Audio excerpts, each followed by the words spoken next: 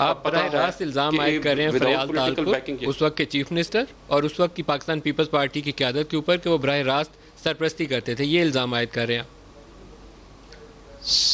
میں ملک صاحب یہ کہہ رہا ہوں کہ ان کے ساتھ بالکل رابطے تھے. عزیر بلوچ کی اگر جو بھی رپورٹ درست ہے یا صحیح ہے، اس کا فیصلہ تو عدالت کرے گی، کون سی اصلی ہے اور کون سی نقلی ہے.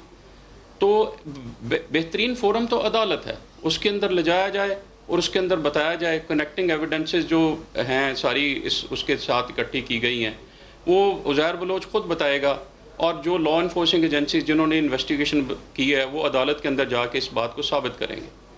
تو اس کے بغیر تو یہ ساری چیزیں ہو نہیں سکتی. ذوالفقار مرزا کا کیا رول تھا اس سارے معاملے کے اندر؟ ذوالفقار مرزا نے خود تسلیم کیا ہوا ہے کہ انہوں نے لائسنسز دیے لیاری کے بچوں کو سو کالڈ بچوں کو، اور عزیر بلوچ نے خود مختلف انٹرویوز میں اور جلسوں میں کہا گیا میں نے 5000 لائسنسز ان سے لیے.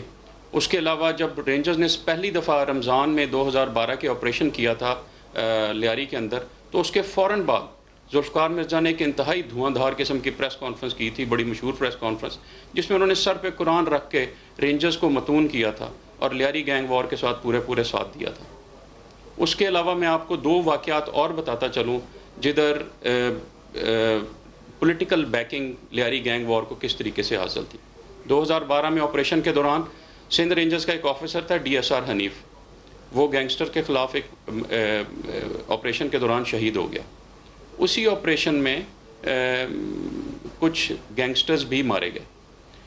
DSR حنیف کو باقاعدہ اعزاز کے ساتھ اس کی میت جو ہے اس کے آبائی شہر لاہور پہنچا دی گئی، لیکن جو گینگسٹرز اس کے اندر مارے گئے تھے ان کی میتیں قادر پٹیل اور مختلف جو سیاسی لوگ تھے لیاری کے، یہ رکھ کے انہوں نے نٹی جٹی پل کو جو ہے بند کر دیا تھا، اس شاہراہ کو بلاک کر دیا تھا.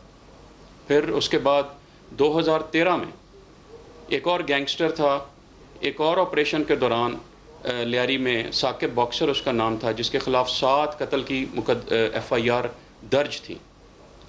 ایک آپریشن کے دوران رینجرز کے جو کچھ جوان اس میں زخمی ہوئے اور یہ ثاقب باکسر مارا گیا.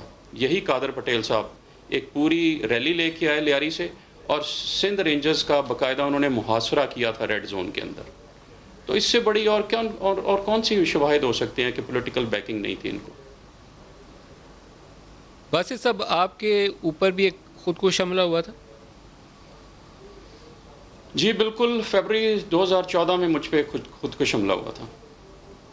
اس کے پیچھے کون تھا؟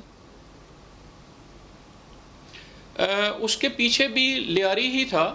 اگرچہ وہ خودکش حملہ کرنے والے لشکر جھنگوی کے لوگ تھے، لیکن لشکر جھنگوی کے ان عناصر کو، پروسکرائبڈ آرگنائزیشن کے عناصر کو لیاری کے اندر پناہ ملی ہوئی تھی، اور ہمارے ایک آپریشن کے نتیجے میں ہی ہم نے ان کے کچھ لوگوں کو گرفتار کیا تھا، اور اس میں کچھ اور بھی ان کا نقصان ہوا تھا.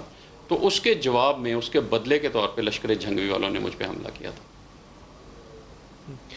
کراچی میں نو گو ایریاز موجود تھے جب آپ لوگ آپریشن کر رہے تھے، تو ایک سے زائد ایسے علاقے تھے جہاں پر جانا ممنوع تھا. باقاعدہ ایک سے دوسرے گروپ کا بندہ آ جاتا تھا تو زندہ نہیں تھا بچتا. وہاں یہ بھی الزام تھا کہ کچھ کالعدم تنظیموں کے لوگوں کو وہاں پناہ مل جاتی ہے کراچی شہر کے اندر. وہ کون سی تنظیمیں تھیں یا سیاسی قوتیں تھیں جو ایسی کالعدم تنظیموں کے کارندوں کو پناہ دیتی تھیں؟ دیکھیں ملک صاحب، کراچی کے اندر جس دور کی آپ بات کر رہے ہیں، تمام کالعدم تنظیموں کے لوگ یا وہ لیاری گینگ وار سے منسلک ہو جاتے تھے تاکہ ان کو پیپلز پارٹی کی سپورٹ یا بیکنگ حاصل ہو جائے، یا وہ MQM کے ساتھ ہو جاتے تھے.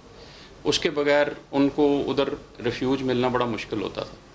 تمام پروسکرائبڈ آرگنائزیشن، جس میں TTP کے بھی لوگ ہوتے تھے، لشکر جھنگوی کے بھی ہوتے تھے، اور باقی بھی جتنے جو لوگ سپاہی محمد وغیرہ کے لوگ، یہ کسی نہ کسی جماعت سے اپنے آپ کو منسلک ضرور کرتے تھے، کیونکہ جماعت سے منسلک ہونا ان کے لیے ایک پروٹیکشن کا ذریعہ بنتا تھا.